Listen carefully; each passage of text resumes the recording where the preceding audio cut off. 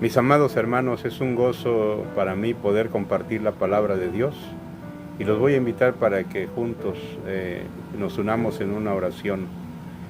Querido Dios, te damos las gracias y te suplicamos que tu palabra, Señor, pueda producir frutos para vida eterna. Dirígenos en la obediencia, que tu Santo Espíritu nos dé el poder y que nos lleve a los pies de Cristo y también a la vez al Padre, porque lo pedimos en el nombre de tu precioso Hijo amado. Amén. Mis hermanos, en esta noche quisiera decirles que me gustaría compartir con ustedes un tema sobre la obediencia. Hablar de la obediencia sería entrar en una profunda y tal vez variada mezcla de teorías, pero hay algo que yo puedo percibir en el Salmo 23 y fue la vida de David. ¿Cómo es que él llegó a ser obediente? El Salmo 23 nos dice, y solo vamos a leer la mitad del primer versículo, dice: Jehová es mi pastor. Yo me imagino que David, cuando escribe este salmo, tenía sus momentos de meditación, pero un día de tarde, cuando el viento realmente refresca y hace más ameno y agradable el paisaje, él puede contemplar a las ovejas. Y al contemplarlas descubre y se da cuenta, el Espíritu de Dios lo impresiona y le dice: por fin entiendo quién debe ser Dios para mí. Porque nosotros miramos a veces el ser un pastor como algo sin importancia, de poca trascendencia, realmente algo insignificante en ocasiones. Pero mis hermanos, ser un pastor en el Oriente es algo importante, y sobre todo cuando David lo percibió. Una de las cosas es porque el pastor acostumbra ponerle a las ovejitas desde pequeñas un nombre, pero aunque otra persona les llame por ese nombre, si no es la voz del pastor, ellas no obedecen. Ellas saben que la voz a la cual pertenece, la voz a la cual ellos conocen, realmente es la autoridad, es el proveedor, es el protector de ellos, y le rinden su obediencia. Por eso es que le siguen. Yo quisiera decirte que Jehová es nuestro pastor. Pero cuando David está diciendo Jehová es mi pastor, está diciendo Él es la autoridad, Él es mi rey, Él es mi jefe, Él manda. Por lo tanto, nosotros debemos estar dispuestos a rendirle una obediencia total. ¿Sabes?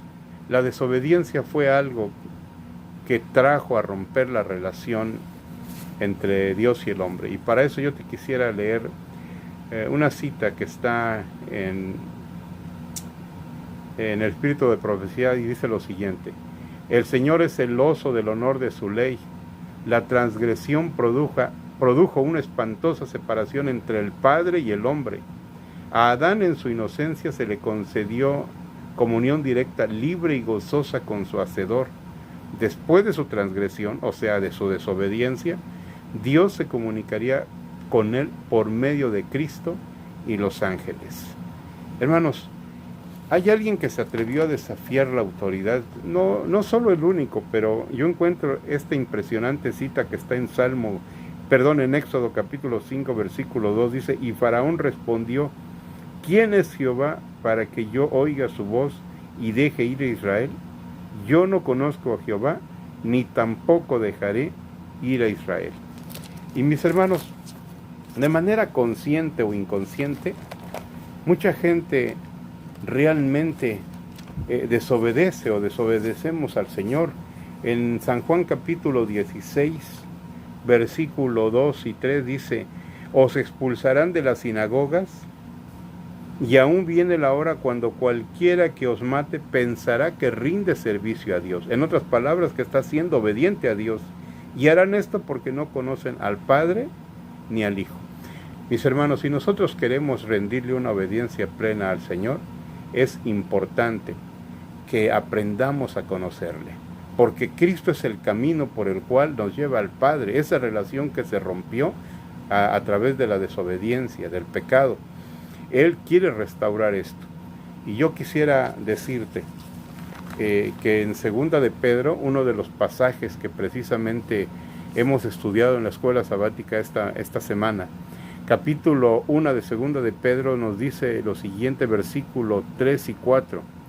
Como todas las cosas que pertenecen a la vida y a la piedad nos han sido dadas por su divino poder, mediante el conocimiento de aquel que nos llamó por su gloria y excelencia, por medio de las cuales nos da preciosas y grandísimas promesas, para que por ellas llegáramos a ser participantes de la naturaleza divina, habiendo huido de la concupiscencia que hay en el mundo a causa de la desobediencia. Mis hermanos, y termino diciendo este párrafo de palabras de vida del gran maestro, que dice: la verdad ha de implantarse en el corazón, ha de dominar la mente y los afectos. Todo el carácter debe ser amoldado por las declaraciones divinas. Cada jota y tilde de la palabra de Dios ha de ser puesto en práctico en la vida diaria. El que llegue a ser participante de la naturaleza divina estará en armonía con la gran norma de justicia de Dios, su santa ley. Esta es la regla por la cual Dios mide las acciones de los hombres. Esta será la prueba del carácter en el juicio. Hermanos, rindamos nuestra obediencia, pero rindamos no por nuestros esfuerzos. Conozcamos a Jesús. Que Dios les bendiga y que Dios nos lleve de victoria en victoria.